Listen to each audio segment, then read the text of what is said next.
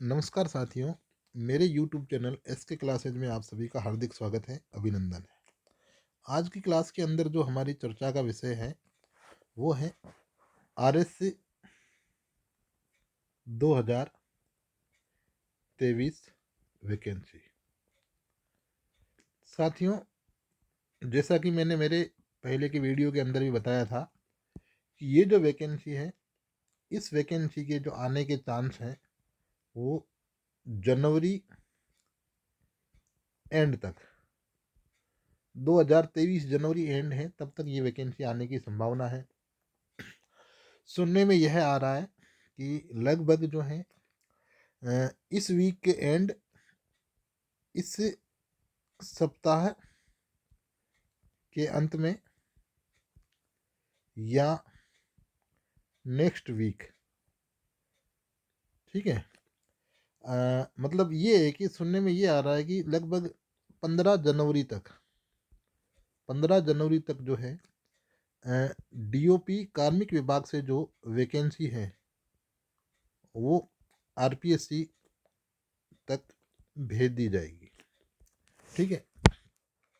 कार्मिक विभाग से RPSC तक वैकेंसी जो है वो 15 जनवरी तक, सुनने में ये आ रहा है 15 तक भेज दी जाएगी, ठीक है ना। अब 15 तक नहीं होगा तो 20 मान लो, ठीक है ना। 20 जनवरी तक तो वैकेंसी जैसे ही RPSC के पास जाती है, और अगर उस वैकेंसी में कोई भी टेक्निकल एरर नहीं है तो आपको जो है ये वैकेंसी RPSC के द्वारा जो है लगभग 25 जनवरी के आसपास जो है RS 2023 का जो नोटिफिकेशन है, RS 2023 का नोटिफिकेशन जो है वो रिलीज कर दिया जाएगा, ठीक है ना। अब देखो, ये नोटिफिकेशन जो है वो 800 पदों के आसपास, 800 प्लस माइनस 20 पदों के आसपास आपको देखने को मिलेगा। अब जो हम बात कर रहे हैं, जो आज हमारा टॉपिक है, RS वैकेंसी के साथ में ही एक बहुत छोटा टॉपिक है, लेकिन आपके एक जो ये टॉपिक आप मेरे साथ देख पा रहे हो इस स्क्रीन के ऊपर, ये टॉपिक जो है राजस्थान के प्रमुख युद्ध। साथियों, ये टॉपिक बहुत छोटा है, लेकिन मैं आपको बता दूं, चाहे प्री हो या मेंस हो, फ्री हो या मेंस हो, उनके अंदर ये जो इस टॉपिक से क्वेश्चन जो है हर बार पूछा जाता है। हर बार इस टॉपिक से जो क्वेश्चन है वो पूछा जाता है। चाहे आप RS प्री 2013 के पेपर देख लो, 18 के देख लो, 16 के देख लो, सब पेपर के अंदर या तो डायरेक्ट पूछा जाएगा, या जो चार जो है युद्ध दे करके उनको एक उनके कालक्रम के हिसाब से व्यवस्थित किया जाएगा, ठीक है ना।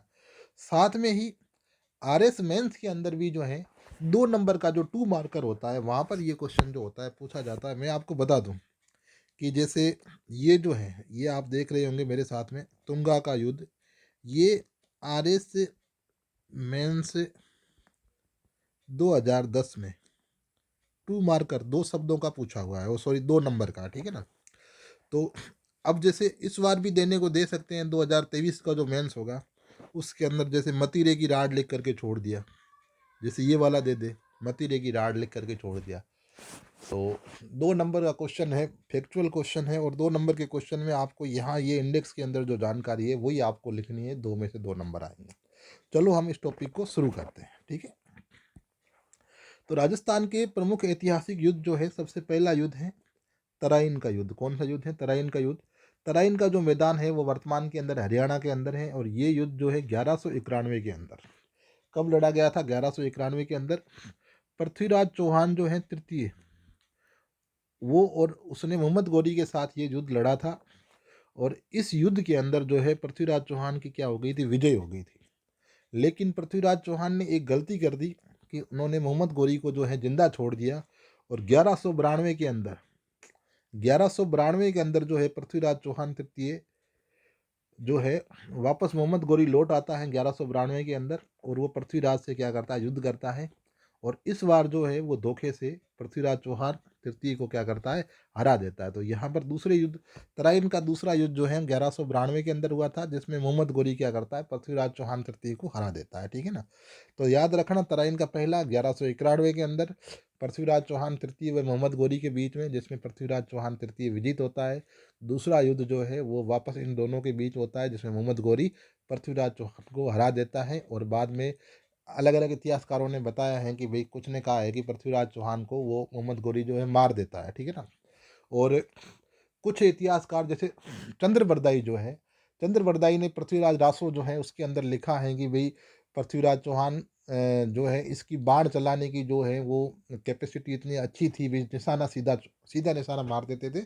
तो चंद्रबरदा ने ये बताया कि उस निशाने के द्वारा जो है जो ये पृथ्वीराज चौहान तृतीय ने मोहम्मद गोरी को मार दिया था। उसके बारे में ये एक कोटेशन भी कहा गया है कि 4 बांस 24 गज, 4 बांस 24 गज अंगुल उष्ट प्रमाण, 4 बांस 24 गज अंगुल उष्ट प्रमाण, ता ऊपर सुल्तान है तो मत चूके चौहान।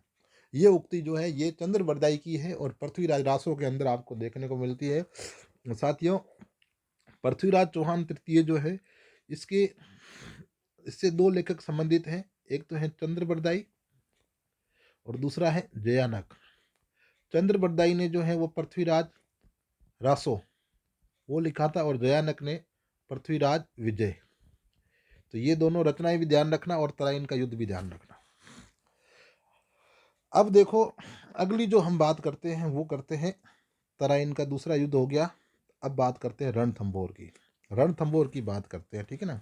रणथंभौर का जो युद्ध है वो 1301 के अंदर अलाउद्दीन खिलजी और हमीर देव चौहान के बीच में लड़ा गया था, जिसमें अलाउद्दीन खिलजी जो है वो क्या हो गया था, विजित हो गया था। ठीक है ना।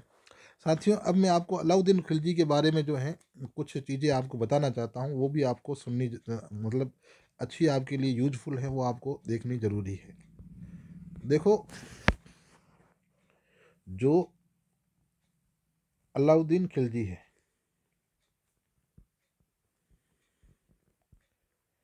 इस अलाउद्दीन खिलजी के जो प्रमुख आक्रमण रहे हैं, जो इसके प्रमुख आक्रमण रहे हैं वो है, सबसे पहला 1301, दूसरा 1303, तीसरा 1308 और चौथा 1311। अब देखो, 1301 वाला जो है ये तो है रणथंभौर वाला, और रणथंभौर में जो अलाउद्दीन के साथ में जो शासक था वो था हमीर देव चौहान। हमीर देव चौहान जो है वो अलाउद्दीन के साथ उन्होंने युद्ध किया था, और इस युद्ध के अंदर जो है हमीर देव चौहान जो है पराजित हो जाता है, और वो उसकी जो रानी है रंगा देवी, रंगा देवी जो है महिलाओं के साथ, वहाँ की जो दासियाँ वगैरह है उनके साथ क्या कर लेती है, जोहर कर लेती है। यहाँ एक जानकारी आपके लिए और काम की है कि यहाँ पर जो ये जोहर करती है, ये जो है ये जल जोहर होता है। क्या है, जल जोहर है। ठीक है ना। साथियों, आपको राजस्थान के इतिहास के अंदर दो चीज़ें आपको पढ़नी पड़ेगी, जिसको कहते हैं साका। क्या कहते हैं, साका। साका के अंदर दो चीज़ें आती है, एक तो होता है केसरिया, ठीक है ना, और एक होता है केसरिया हो गया, और एक फिर आपके इसके अंदर जोहर आ जाता है। ठीक है ना। देखो, केसरिया मतलब क्या है कि जैसे युद्ध की स्थिति में राजा महाराजा जो है सैनिकों के साथ में केसरिया साफा बांध करके युद्ध के मैदान में उतर जाते थे, और रानियों को कह देते थे कि हम वापस लौट करके नहीं आए, तो आप अपने सतीत्व की रक्षा के लिए जो है अग्नि कुंड का निर्माण करके उसके अंदर जो है आप सती हो जाए। ठीक है ना। तो राजा महाराजा तो केसरिया कर लेते थे, और रानियां जो हैं पीछे अग्नि कुंड बना करके जोहर कर लेती, सती हो जाती थी। तो ये दोनों प्रक्रियाएं जो हैं, केसरिया और ये जोहर, इन दोनों को मिला करके साका कहा जाता है। और राजस्थान का जो पहला साका है वो 1301 के अंदर, राजस्थान का पहला साका। यहाँ जो देखो साथियों, जो शासक थे वो थे हमीर देव, और हमीर देव ने अलाउद्दीन खिलजी के साथ युद्ध लड़ा था, और यहाँ पर हमीर देव जो है पराजित होते हैं, और अलाउद्दीन खिलजी जीत जाते हैं। और हमीर देव की जो रानी है रंगा देवी, वो दासियों के साथ क्या करती है, जोहर कर लेती है। और ये राजस्थान का पहला साका माना जाता है। और ये जल जोहर भी माना जाता है, क्यों यहाँ पर अग्निकुंड का निर्माण नहीं हो पाने के कारण वो जो किलेदार जो होते हैं, युद्ध के जो आक्रमणकारी, वो किले के अंदर आ जाते हैं। तो अग्निकुंड नहीं बना होने के कारण सारी महिलाएं जो है वो कुंड के अंदर, पानी का जो होता है वो तालाब, उसके अंदर कूद करके अपनी सतीत्व की रक्षा के लिए जान दे देती है। यहाँ आपको साथियों दो चीज़ें और ध्यान रखनी है। जो हमीर देव चौहान है उसके दो सेनापति थे, एक था रणमल और एक था रत्तीपाल। हमीर देव चौहान पराजित नहीं होते, लेकिन अलाउद्दीन खिलजी ने धोखे से रणमल और रत्तीपाल को अपने तरफ मिला लिया था। इसी वजह से जो है हमीर जो है वो पराजित हो जाता है। ठीक है साथियों, दूसरा जो साका हुआ था वो 1303 के अंदर चित्तौड़ का युद्ध कहते हैं। इसको क्या कहते हैं, चित्तौड़ का युद्ध। और ये जो चित्तौड़ का युद्ध है, यहाँ पर अलाउद्दीन खिलजी जो था, अलाउद्दीन, इसको एक ही अपन कह सकते हैं, अलाउद्दीन खिलजी के साथ में जो है आपके जो शासक था चित्तौड़गढ़ का रतन सिंह। चित्तौड़गढ़ का शासक कौन था, रतन सिंह था। ठीक है ना। यहाँ पर जो है अगर आप देखोगे तो अलाउद्दीन खिलजी जो है वो उसकी विजय होती है और रतन सिंह जो होता है वो पराजित हो जाता है। और रतन सिंह की जो रानी होती है जोहर कर लेती है। अगर आपसे पूछा जाए कि चित्तौड़ का प्रथम साका, चित्तौड़ का प्रथम साका 1303 के अंदर, ठीक है ना, या पूछे चित्तौड़ का युद्ध 1303 के अंदर, ठीक है। और ये रतन सिंह जो है इसके दो सेनापति थे। रतन सिंह के दो सेनापति थे, एक था गोरा और एक था बादल। ठीक है, ये भी युद्ध के अंदर लड़े थे, ये ध्यान रखना है। रतन सिंह की जो रानी जिन्होंने जोहर किया था, उस रानी का नाम था पद्मिनी। क्या था, पद्मिनी था। और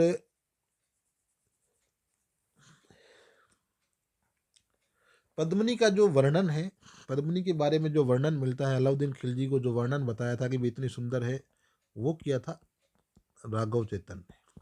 किसने किया था, राघव चेतन ने। ठीक है ना।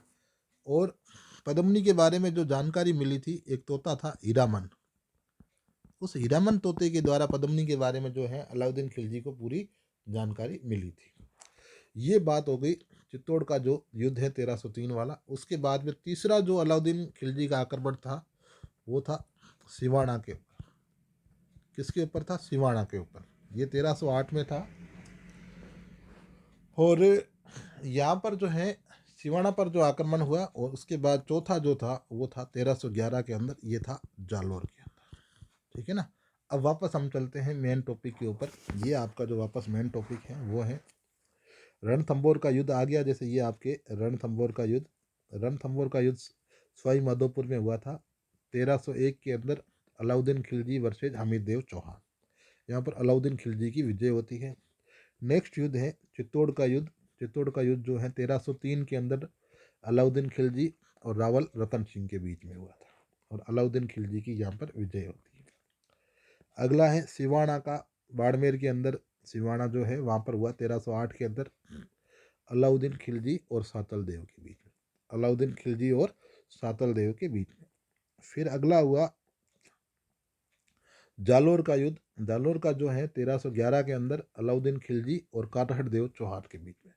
जालोर को जीतने के बाद जालोर का जो नाम है वो जलालाबाद रख दिया गया। क्या रख दिया गया, जलालाबाद। ठीक है ना।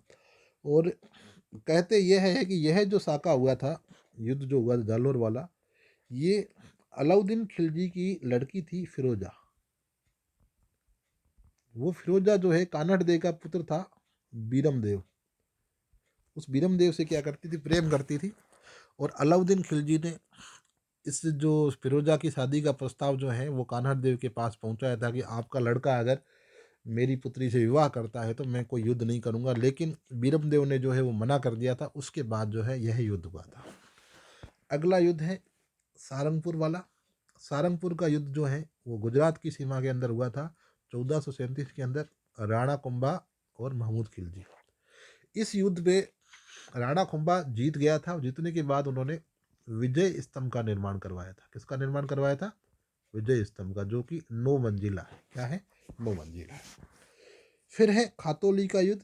खातौली वर्तमान के अंदर बूंदी जिले के अंदर है। 1518 में हुआ था। राणा सांगा और इब्राहिम लोदी, राणा सांगा ने इब्राहिम लोदी को हराया था। फिर अगला राणा सांगा ने बाडी धौलपुर का युद्ध किया था 1518 के अंदर। राणा सांगा ने इब्राहिम लोदी को हरा दिया था।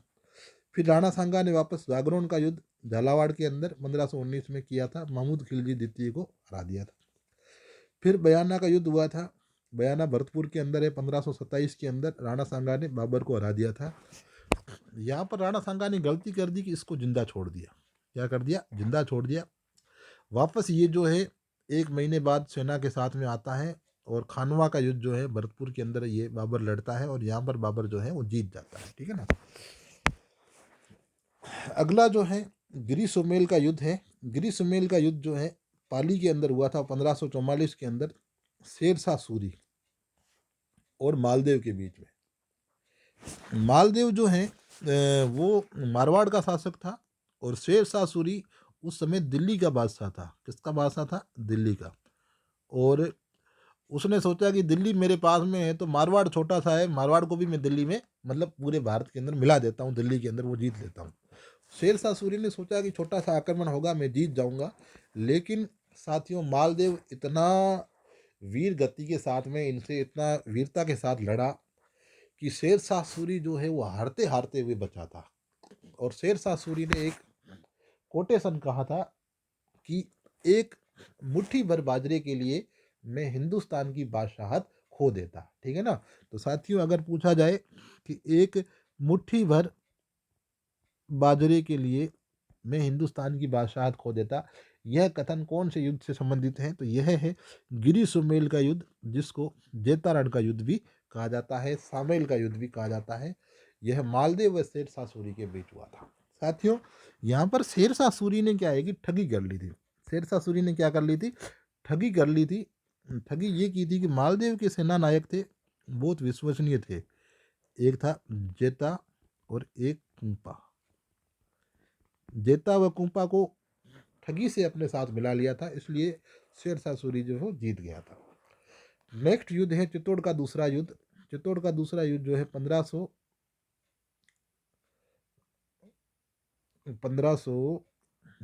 साथियों, यहाँ एक थोड़ा सा चित्तौड़ का दूसरा युद्ध नहीं है।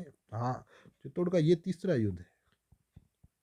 तीसरा युद्ध है 1567-68 के अंदर अकबर और राणा उदय सिंह। अकबर और राणा उदय सिंह के बीच में हुआ था, जिसमें अकबर जो है वो जीत गए थे। फिर आता है हल्दी घाटी का युद्ध। हल्दी घाटी का युद्ध राजसमंद के अंदर 1576 के अंदर अकबर जो है उसकी सेना का नेतृत्व किया था मान सिंह और महाराणा प्रताप। महाराणा प्रताप की सेना का नेतृत्व जो है वो हाकिम खां सूरी ने किया था।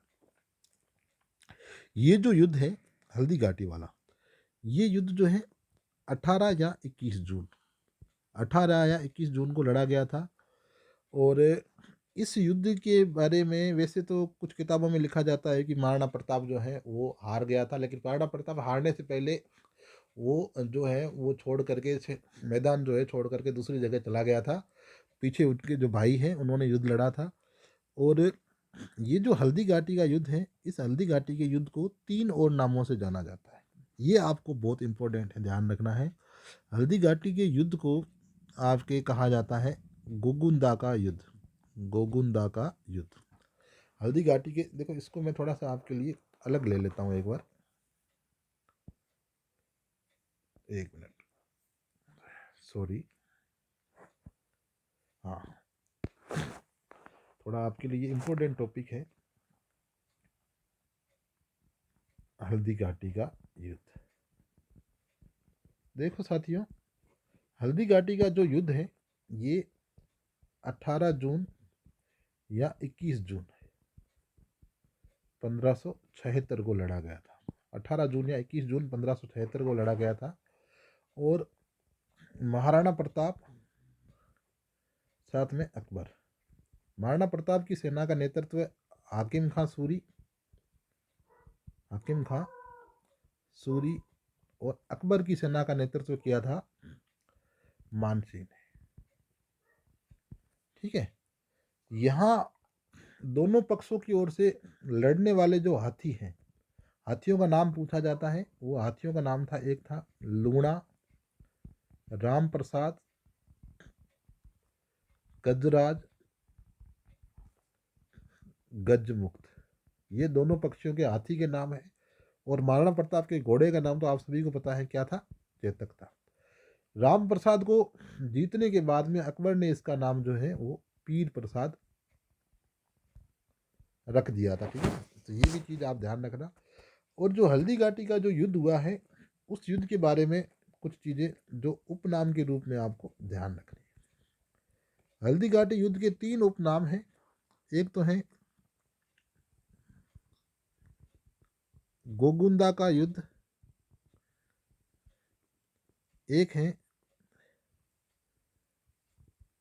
खमनोर का युद्ध, और एक है थर्मोपोली का युद्ध। साथियों, हल्दी घाटी के युद्ध को गोगुंदा का युद्ध जो है वो कहा था बंदायूनी ने। इतिहासकार जो बंदायूनी है, उन्होंने हल्दी घाटी के युद्ध को गोगुंदा का युद्ध कहा था। खमनोर का युद्ध जो है वो कहा था अबुल फजल ने। किसने कहा था? अबुल फजल ने। थर्मोपोली का युद्ध जो है वो राजस्थान इतिहास के पिता कर्नल जेम्स टोड ने कहा था। कर्नल जेम्स टोड ने कहा था। तो ये चीज़ें आपके लिए याद रखने जैसी है। अब वापस चलते हैं टॉपिक की ओर। ये बात कर ली मैंने आपके हल्दी घाटी के युद्ध के बारे में। अब देखो, कुंभलगढ़ का युद्ध जो है ये आपके 1578 के अंदर कुंभलगढ़ राजसमंद में है वर्तमान में। अकबर जो है उसकी सेना का नेतृत्व किया था शाहबाज खान ने, और राणा प्रताप जो था साथ में। फिर दिवेर का युद्ध राजसमंद के अंदर, ये 1578 से 1582 के बीच में, 1578 से 1582 के बीच में महाराणा प्रताप जो है उनकी सेना का नेतृत्व जो करने वाला था वो था अमर सिंह। ये युद्ध जो है लगभग 4 साल चला था। इसलिए दिवेर के युद्ध को मेवाड़ का मैराथन, दिवेर के युद्ध को मेवाड़ का मैराथन कहा जाता है, लंबा चलने के कारण। ठीक है, अब अगला जो युद्ध है वो है मतीरे की राड़। मतीरे की राड़ जो है वो बीकानेर और नागौर, 2 रियासतों के बीच में हुआ था। बीकानेर का शासक था करण सिंह और नागौर का शासक था अमर सिंह। जो मतीरा है वो बीकानेर और नागौर की सीमा के बीच में लड़ा था। मतीरे की बेल जो थी वो नागौर में थी, और मतीरा जो है वो बीकानेर के जाखड़िया गांव के अंदर लगा था। तो वो मतीरे को लेकर के लड़ाई हो गई थी, और उस लड़ाई के अंदर जो है अमर सिंह जो है नागौर का वो विजयी हो गया था। फिर दोराई का युद्ध अजमेर के अंदर 1659 में। ये जो औरंगजेब और दारा सिकों जो है इनमें उत्तराधिकारी को लेकर के युद्ध हुआ था। और ये दोराई का युद्ध जो है ये 1659 के अंदर औरंगजेब और दारा सिकों के बीच हुआ था। इसमें औरंगजेब जो है उसकी जीत हो गई थी। हालांकि राजस्थान के जो शासक थे मारवाड़ के जसवंत सिंह ने दारा सिकों का साथ दिया था। फिर राजमहल का युद्ध टोंक के अंदर 1747 के अंदर ईश्वरी सिंह जो है उसने अपने भाई माधो सिंह व मराठों को हरा दिया था। और विजय के उपलक्ष्य में जो है ईश्वरी सिंह ने जयपुर में जो त्रिपोलिया बाजार है वहाँ पर जो ईसर लाट का निर्माण कर दिया था। हालांकि बाद में जब मराठा सरदार होलकर आक्रमण करने के लिए आया था तो उसके भय से ईश्वरी सिंह ने उस ईसर लाट से कूद करके आत्महत्या कर ली थी। बंटवाड़ा का युद्ध जयपुर 1761, शत्रुसाल जो है उसकी जो सेना थी, शत्रुसाल कोटा का था, शत्रुसाल ने माधो सिंह को हरा दिया था। तुंगा का युद्ध मैंने अभी आपको बताया, RS मेंस 2010 में 2 मार्कर्स का पूछा हुआ है। 1787 के अंदर हुआ था। जयपुर के जो शासक थे प्रताप सिंह और जोधपुर के शासक विजय सिंह, इन दोनों की संयुक्त सेना थी जिन्होंने मराठों के जो मेन सिरोदार थे महादजी सिंधिया उनको हराया था। फिर गिगोली का युद्ध नागौर के अंदर पर्वतसर नागौर के अंदर है, वहाँ पर हुआ था। और ये 1807 के अंदर जगत सिंह द्वितीय जयपुर का और मान सिंह राठौड़ जोधपुर का, इन दोनों के बीच में हुआ था। गिगोली के युद्ध से आपको एक चीज और ध्यान रखनी है, ये जो युद्ध है ये कृष्णा कुमारी विवाद से संबंधित है। ये युद्ध जो है कृष्णा कुमारी को लेकर के हुआ था। तो ऐसे भी क्वेश्चन पूछा जा सकता है कि राजस्थान में किस युद्ध का संबंध कृष्णा कुमारी से है। कृष्णा कुमारी विवाद से है तो गिगोली का युद्ध, ठीक है ना। बिथोड़ा का युद्ध जो है और चेलावास का युद्ध जो है, ये दोनों युद्ध 1857 की क्रांति से संबंधित हैं।